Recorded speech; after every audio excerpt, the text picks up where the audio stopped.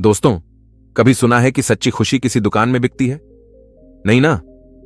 वो तो तुम्हारे ही दिल के कोने में छिपी है, एक छोटी सी परी की तरह इंतजार कर रही है कि तुम उसे ढूंढो।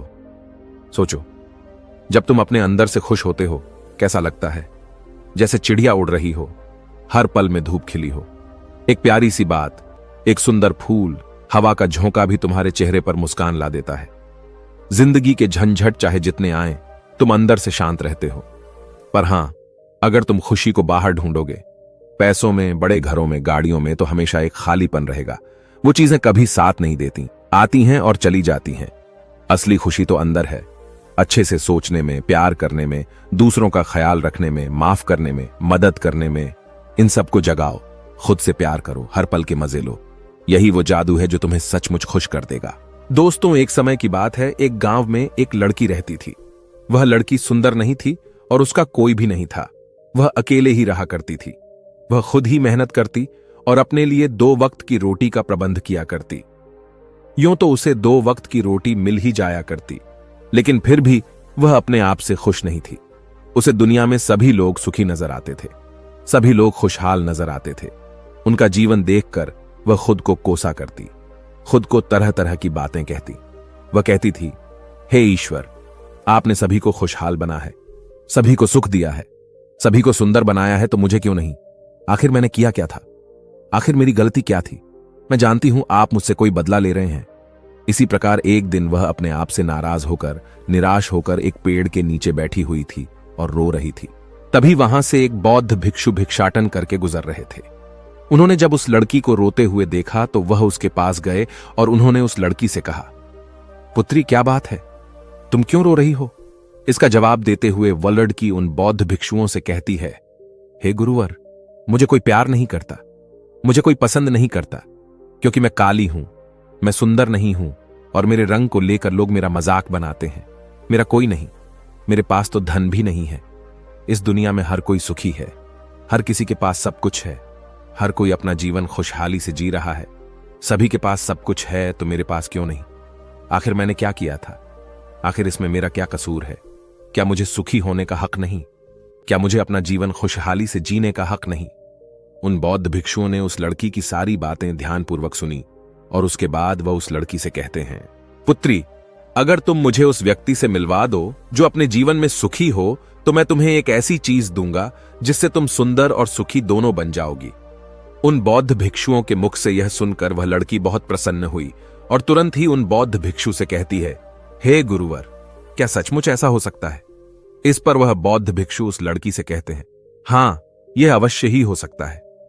तभी वह लड़की उन बौद्ध भिक्षुओं से कहती है, हे गुरु, यदि यह सचमुच संभव है तो मैं एक ऐसे आदमी को जानती हूं जो बहुत सुखी है। मैं उसे अभी लेकर आती हूं, आप मेरा यहीं पर इंतजार करना। इस पर वो बौद्ध भिक्षु उस लड़की से कहते हैं, हां पुत्री, जब तक तुम वापस नहीं लौटी, मैं तुम्हारा यहीं पर इंतजार करूंगा। इतना कहकर वह लड़की वहां से भागी भागी अपने मालिक के पास पहुंची, जो कि एक किसान था। उसने किसान से कहा, मालिक, आप मेरे साथ चलिए, मुझे एक भिक्षु मिले हैं जिन्हें मैं आपसे मिलवाना चाहती हूं। उन्होंने कहा है कि अगर मैं एक सुखी व्यक्ति को उनके पास ले जाऊंगी तो वह मुझे सुंदर और सुखी दोनों बना देंगे। उस लड़की की बात सुनकर वह किसान दुखी होकर उस लड़की से कहता है, मैं तुम्हें कहां से सुखी लगता हूं? इस पर वह लड़की उस किसान से कहती है, मालिक, आपके पास तो सब कुछ है, आपके पास घर है, अच्छा खाने के लिए है, रहने के लिए अच्छा मकान है, आपका अपना परिवार है और तो और आपके पास धन भी है, तो आप दुखी कैसे हो सकते हो? इस पर किसान जवाब देते हुए कहता है, अरे मूर्ख, मेरी फसल अच्छी नहीं हो रही, इसलिए उसके दाम भी अच्छे नहीं मिल रहे हैं और राजा को लगान भी देनी है। मेरे पास तो इतने पैसे भी नहीं हैं कि मैं फिर से अच्छे किस्म के बीज खरीद सकूं, और इस बार बरसात में मेरी सारी की सारी फसल भी खराब हो गई थी। अब तो मेरे हालात और अधिक खराब हो चुके हैं और ऐसे हालातों में मैं सुखी कैसे रह सकता हूं? जाओ, किसी और को ढूंढो जो सचमुच सुखी हो। इस पर लड़की अपने मालिक से कहती है, मालिक, तो आप ही बताइए, आपके हिसाब से कौन सबसे ज्यादा सुखी है जिसे मैं अपने साथ ले जा सकूं? इस पर वह किसान कुछ देर सोच विचार कर उस लड़की से कहता है, मुझे लगता है कि व्यापारी बहुत सुखी है। उन्हें न तो फसल उगाने की चिंता है और न ही फसलों की देखरेख करने की। उन्हें तो बस फसल खरीदनी होती है और वह उसे कहीं से भी खरीद सकते हैं। और तो और वे अन्य चीजों का भी व्यापार करते हैं जिनका मौसम से कोई लेना देना नहीं होता, और वे लोग हमसे कहीं ज्यादा अधिक धन भी कमाते हैं। लोग उनका आदर सम्मान भी करते हैं। मुझे तो लगता है कि वही सबसे सुखी हैं। तुम उन्हीं के पास जाओ। लड़की अपने मालिक की बात सुनकर वहां से भागी भागी एक व्यापारी के पास जा पहुंची और उस व्यापारी से कहती है, मालिक, आप मेरे साथ चलिए। मुझे एक भिक्षु मिले हैं जिन्हें मैं आपसे मिलवाना चाहती हूं। उन्होंने कहा है कि किसी ऐसे सुखी व्यक्ति को ले आओ जो सचमुच सुखी हो, और उसके बाद वह मुझे एक ऐसी चीज देंगे जिससे मैं सुंदर और सुखी दोनों हो जाऊंगी। उस लड़की की यह बात सुनकर वह व्यापारी दुख भरे शब्दों में उस लड़की से कहता है, अरे, हमारे जीवन में कहां सुख है? चारों ओर से तो हमें दुख ने ही घेर रखा है। चोर, लुटेरे, डकैत, हमें सबका ध्यान रखना पड़ता है। व्यापार में अभी बहुत घाटा भी चल रहा है, और तो और राजा हमसे अतिरिक्त कर भी वसूल रहे हैं, जिससे अब व्यापार करने में बहुत दिक्कत आने लगी है। हमें सुरक्षा भी नहीं मिल पा रही। जीवन पर हमेशा कोई ना कोई संकट मंडराता ही रहता है। मुझे तो ऐसा लगता है कि मुझसे दुखी इस दुनिया में और कोई नहीं। इस बार लड़की उस व्यापारी से कहती है, परंतु मालिक, आपके पास तो इतना धन है, आपके पास इतनी जमीन जायदाद है, आपके पास इतना अन्न है, रहने के लिए इतना बड़ा मकान और खाने पीने के लिए हर प्रकार की सुविधाएं हैं। इसके बाद भी अब दुखी हैं। यह बहुत अजीब सी बात है। मुझे तो लगता था कि आप बहुत सुखी होंगे। खैर, कोई बात नहीं। कृपया करके मुझे कोई ऐसा व्यक्ति बताइए जो आपके हिसाब से बहुत सुखी हो, जिसे मैं उन बौद्ध भिक्षुओं के पास ले जा सकूं। इस पर वह व्यापारी कुछ देर सोच विचार कर उस लड़की से कहता है, मुझे लगता है कि राज्य के अधिकारी बहुत सुखी हैं। वह सीधा राज्य से संबंध रखते हैं। उनके पास अधिकार है और वह धनवान भी हैं। वह चोर, लुटेरे और डकैतों से भी नहीं डरते, और वही लोग हमसे धन भी वसूलते हैं, और हम उनके सामने उनके आदर में झुकना ही पड़ता है, और सभी लोग उनका बहुत मान सम्मान भी करते हैं। मुझे नहीं लगता कि उनके जीवन में कोई भी दुख होगा, और मुझे लगता है कि वही सबसे सुखी हैं।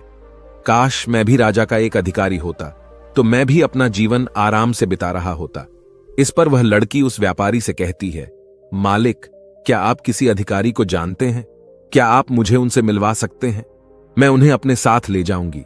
अगर वह सबसे सुखी हुए तो मुझे बौद्ध भिक्षु कुछ ऐसी चीज देंगे जिससे मैं भी सुंदर और सुखी हो जाऊंगी। बताइए ना, आप मुझे किसी अधिकारी से मिलवा सकते हैं। मैं आपकी बहुत आभारी रहूंगी। व्यापारी को उस लड़की पर दया आ गई। उसने उस लड़की को एक अधिकारी से मिलवा दिया। लड़की ने अधिकारी से मिलने के बाद उस अधिकारी से कहा, मालिक, आप मेरे साथ चलिए। मुझे एक भिक्षु मिले हैं जिन्हें मैं आपसे मिलवाना चाहती हूं। उन्होंने मुझसे कहा है कि अगर मैं एक सुखी व्यक्ति को उनसे मिलवा दूंगी तो वह मुझे एक ऐसी चीज देंगे जिससे मैं सुंदर और सुखी दोनों हो जाऊंगी। इस पर वह अधिकारी उस लड़की से कहता है, तुम्हें किसने कह दिया कि मैं सुखी हूं? अरे, मेरे जैसा दुखी व्यक्ति तो इस दुनिया में और कोई नहीं होगा। तुम्हें नहीं पता, लेकिन हम पर कितना दबाव होता है, हमारे ऊपर कितनी जिम्मेदारियां होती हैं। हमें हर एक आदेश को पूरा करना होता है, और वह आदेश भी इतनी आसानी से पूरे नहीं होते। उनके लिए हमें कितनी मुश्किलें उठानी पड़ती हैं, कितनी दिक्कतों का सामना करना पड़ता है। राजा कुछ भी आदेश पारित कर देते हैं और उसे हमें लागू करना पड़ता है। जनता का गुस्सा और तरह तरह की मुश्किलें, सभी परिणाम हमें ही झेलने पड़ते हैं। और तुम्हें लगता है कि मैं सुखी हूं? ऐसा कुछ भी नहीं है। अगर वह भिक्षु तुम्हें सुखी कर दे तो तुम उसे मुझे भी मिलवाना। मैं भी तो सुखी होना चाहता हूं। मुझे भी अपना जीवन खुशहाली से बिताना है। भला अधिकारी बनकर मुझे क्या मिला? रोज रोज तरह तरह की तनाव। इस पर लड़की आश्चर्य से उस अधिकारी से कहती है, मालिक, जहां तक मैं सोचती थी कि आप सबसे सुखी हैं, लेकिन आप भी सुखी नहीं लग रहे। परंतु आपको क्या लगता है इस दुनिया में कोई ऐसा व्यक्ति है जो सबसे सुखी हो? क्या आप मुझे बता सकते हैं? मैं आपकी बहुत बहुत आभारी रहूंगी। उस लड़की की सारी बातें सुनने के बाद उस अधिकारी को उस लड़की पर दया आ गई। उस अधिकारी ने उस लड़की से कहा, देखो, मुझे तो ऐसा लगता है कि इस पूरे राज्य में केवल एकमात्र व्यक्ति ही सुखी है, और वह है इस राज्य का राजा। मुझे तो केवल वही सुखी लगते हैं। उन्हें किसी की सुननी नहीं पड़ती। वह नियम बनाते हैं, आदेश देते हैं, सुरक्षा कर्मियों से घिरे रहते हैं, और सब उनके सामने झुकते भी हैं। न उन्हें धन की कमी है और न जमीन जायदाद की। सारी धरती को उन्होंने जीत लिया है। वह सबके मालिक हैं, और सबसे उच्च वही हैं जो एकमात्र सुखी व्यक्ति हैं।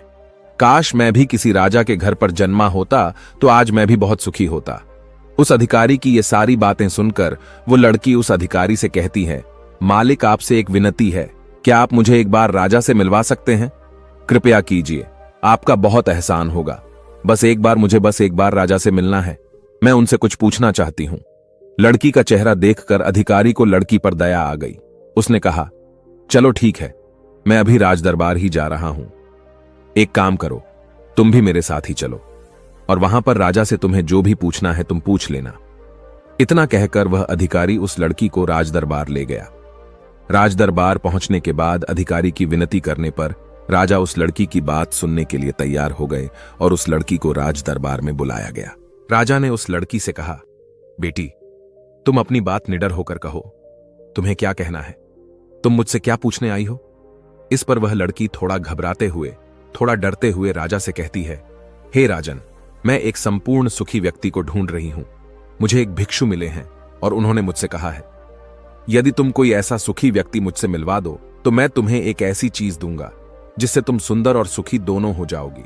काफी लोगों से मिलने के बाद मुझे यह पता चला कि आप ही हैं जो इस दुनिया में एकमात्र सुखी व्यक्ति हैं। तो क्या आप मेरे साथ उन भिक्षु से मिलने चलेंगे? आपका बड़ा एहसान होगा। राजा उस लड़की की बात ध्यानपूर्वक सुनता है और उसके बाद जोर जोर से हंसने लगता है और उस लड़की से कहता है, अच्छा, सबकी तरह तुम्हें भी लगता है कि मैं इस दुनिया का सबसे सुखी व्यक्ति हूं, लेकिन यदि कोई मुझसे पूछे कि इस दुनिया में सबसे दुखी व्यक्ति कौन है, तो वह मैं ही हूं। मेरे पास नींद नहीं है, मेरे पास आराम नहीं है, मैं आराम से सो नहीं पाता। अंगरक्षक हमेशा मेरे आसपास रहते हैं, उनके बिना मैं अकेले कहीं जा भी नहीं सकता। जरा सी आहट होती है तो नींद टूट जाती है। डर हमेशा लगा रहता है क्योंकि मेरे दुश्मन मेरे घर में ही रहते हैं, जिनका मुझे पता तक नहीं। कौन, कब और कहां से मुझ पर वार कर दे कोई नहीं कह सकता। यहां बैठे सभी लोग मेरे दुश्मन ही तो हैं, वे सभी मेरे शत्रु हैं। यहां पर बैठा हर एक व्यक्ति मेरे राज दरबार का ही है, किंतु मुझे सब पर शक करना पड़ता है। हर एक सांस मुझे भारी मालूम पड़ती है। इतने बड़े राज्य की जिम्मेदारी उठाना इतना आसान नहीं। तुम्हें लगता होगा कि राजा के पास तो सभी ऐशो आराम है, धन है, दौलत है, जमीन जायदाद है, उनके पास किसी चीज की कोई कमी नहीं और इस हिसाब से तो उन्हें सुखी होना ही चाहिए। किंतु मैं तुम्हें बता दूं कि ये सब सुख नहीं देते। इस पर लड़की राजा से कहती है, हे राजन, क्षमा कीजिएगा, परंतु यदि सुख धन दौलत नहीं देती, राज्य नहीं देता, जमीन जायदाद नहीं देती, ऐशो आराम नहीं देता तो क्या हुआ? कम से कम सुंदरता तो सुख देती है।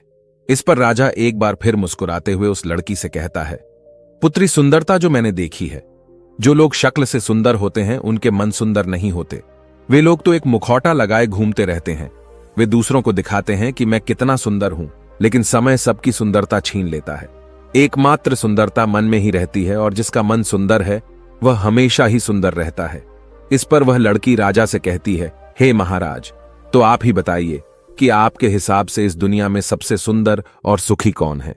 इस पर राजा लड़की से कहता है, पुत्री, मेरे हिसाब से तो एक गरीब व्यक्ति जो 2 वक्त की रोटी का प्रबंध कर सके, बस इतना ही, जो किसी तंत्र, बिना किसी बंदिशों के, बिना किसी भी दिशा में घूम सके, उसे कुछ भी छिन जाने का डर ना हो, कुछ भी लुट जाने का खौफ ना हो, जिससे रात को अच्छी नींद आती हो। मुझसे पूछे कि तो सबसे ज्यादा सुखी वही होगा और इस हिसाब से मैं तुम्हें देखता हूं कि तुम सबसे सुखी हो। तुम्हारे पास नींद है, अच्छा मन है, चारों दिशाएं हैं और कोई डर नहीं, कोई साजिश नहीं, कोई षड्यंत्र नहीं, बस जीवन है, खुला जीवन। मेरे हिसाब से तुम ही सबसे सुखी हो। राजा की ये सारी बातें सुनकर एक पल के लिए वह लड़की सोच में पड़ गई और तभी उसे इस बात का एहसास भी हो गया, वाकई में वह एकमात्र सुखी है, वही सुंदर है। और अब वह जो थी, जैसी भी थी, उसे खुद के होने पर गर्व होने लगा। वह पूरे दिन यहां वहां भटकते हुए आखिरकार थक हार कर, लेकिन संपूर्ण सुख लिए, वह चेहरे पर मुस्कान लिए, प्रकृति से बातें करते हुए वह उन बौद्ध भिक्षुओं के पास वापस लौटी और उसने उन बौद्ध भिक्षुओं से कहा, हे गुरुवर, मैं यहां से गई थी तो मुझे लग रहा था कि मैं ही सबसे दुखी हूं और मैं ही सबसे बदसूरत, लेकिन यहां से जाने के बाद जैसे जैसे मैं लोगों से मिलती गई, मुझे यह एहसास होने लगा कि इस दुनिया में सबसे सुखी व्यक्ति तो मैं ही हूं। हां, यह बात और है, मैं किसी सुखी व्यक्ति को आपके पास ला ना सकी क्योंकि मुझे लगता था कि मुझे छोड़कर सब सुखी हैं, लेकिन बात तो कुछ उल्टी ही हो गई।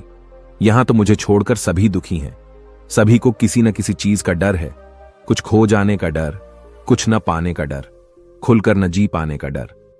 इस हिसाब से तो मेरे पास सब कुछ है। मैं खुशी से झूम सकती हूं, गा सकती हूं, जहां मन करे वहां जा सकती हूं, और 2 वक्त की रोटी का इंतजाम करने के लिए मेरे पास ये हाथ और पैर भी हैं। मुझे किसी चीज का कोई गम नहीं। मेरे पास ऐसा कुछ नहीं जिसके खोने का डर मुझे सताए। इस पर वह बौद्ध भिक्षु उस लड़की से कहते हैं, पुत्री, आखिरकार तुम्हें वह सुंदरता और सुख मिल ही गया। अब से तुम सुंदर और सुखी हो। ये कहकर वो बौद्ध भिक्षु वापस अपने आश्रम लौट गए, और वह लड़की भी अब जान चुकी थी कि वही सबसे सुंदर और सुखी है। अब उसे किसी बात का कोई गम नहीं था। कभी अपने आप को अब कोसा नहीं करती थी, बल्कि वह अपने आप में हमेशा खुश रहती थी, हमेशा मस्त रहती थी। दोस्तों, हमें भी ऐसा ही लगता है कि हमारे पास कुछ नहीं और सामने वाले के पास सब कुछ है। वह कितना सुखी है, उसके पास हर चीज है, हर ऐशो आराम है, हर सुविधाएं हैं। किंतु ऐसा है नहीं। यह केवल आपके देखने का नजरिया है। असली सुख तो आपके पास ही है, और वह है संतुष्टि। यदि आप अपने आप से संतुष्ट हैं, आपके पास जो कुछ भी है उसमें यदि आप खुश हैं, तो आपको कोई भी गम डरा नहीं सकता, आपको कोई भी दुख परेशान नहीं कर सकता। किंतु हमारी सबसे बड़ी तकलीफ यही है कि हम खुद को नहीं बल्कि दूसरों को ज्यादा देखते हैं। दूसरों से हम ज्यादा प्रेरित होते हैं और उनकी खुशी देखकर हमारे भीतर ईर्ष्या का भाव उत्पन्न होने लगता है। हमें तकलीफ होती है कि उनके पास इतना सुख कैसे है और हम इतने दुखी क्यों हैं, क्योंकि हम केवल उनकी तरफ ही नजर गड़ाए हुए हैं। हमने तो अपने पास देखा ही नहीं कि हमारे पास क्या है। हम उस पर कभी ध्यान नहीं देते, बल्कि हम तो हमेशा इस पर ध्यान देते हैं कि हमारे पास क्या नहीं है, और यही नजरिया आपको दुख और तकलीफों की ओर ले जाता है। आप चाहकर भी सुखी नहीं रह पाते, क्योंकि आपने अपना नजरिया क्या नहीं पर गड़ा रखा है। वहीं पर यदि आप इस तरह से सोचें कि मेरे पास बहुत कुछ है, रहने के लिए अच्छा घर है, खाने के लिए अच्छा खाना है, पहनने के लिए अच्छे कपड़े हैं, कम से कम 2 वक्त की रोटी का आपके लिए इंतजाम भी हो जाता है, लेकिन बहुतों के पास तो यह भी नहीं होता, तो क्या आप सुखी नहीं हैं? क्या आपके पास वह सब नहीं है जो उनके पास नहीं? जरा एक पल के लिए सोचकर देखिएगा। अब आप में से कितने लोग यह कहेंगे कि यह सब तो खाली बेकार की बातें हैं, ऐसा कहने से कुछ नहीं होता। लेकिन मेरी बात का विश्वास कीजिए। बस एक बार के लिए आप 24 घंटे के लिए यह प्रण कीजिए कि आप केवल सकारात्मक सोचेंगे और अपने जीवन में हो रहे सकारात्मक विचारों पर ध्यान देंगे, सकारात्मक घटनाओं पर ध्यान देंगे। आप देखेंगे कि वह दिन आपका बहुत अच्छा बीतेगा और उस दिन आप बहुत अच्छा महसूस करेंगे। आप जिस कार्य में हाथ डालेंगे वह कार्य पूरा भी कर सकेंगे। आप उस दिन जैसा चाहेंगे वैसा कर पाएंगे। क्या आप अपने आप को चुनौती देने के लिए तैयार हैं? क्या आप 24 घंटे केवल अच्छा सोचने के लिए तैयार हैं? दोस्तों, आपने आज के इस वीडियो से क्या सीखा वह मुझे आप कमेंट में बता सकते हैं। इसी के साथ में उम्मीद है कि आपको आज की वीडियो पसंद आई होगी। तो इस वीडियो को उस इंसान को शेयर करें जिससे यह कहानी सुनने की जरूरत है, और उसी के ठीक बाद चैनल को सब्सक्राइब करें। तो चलिए फिर मिलते हैं ऐसी एक और नई वीडियो में एक नए मैसेज के साथ। तब तक के लिए अपना ख्याल रखें। धन्यवाद और नमो बुद्धाय।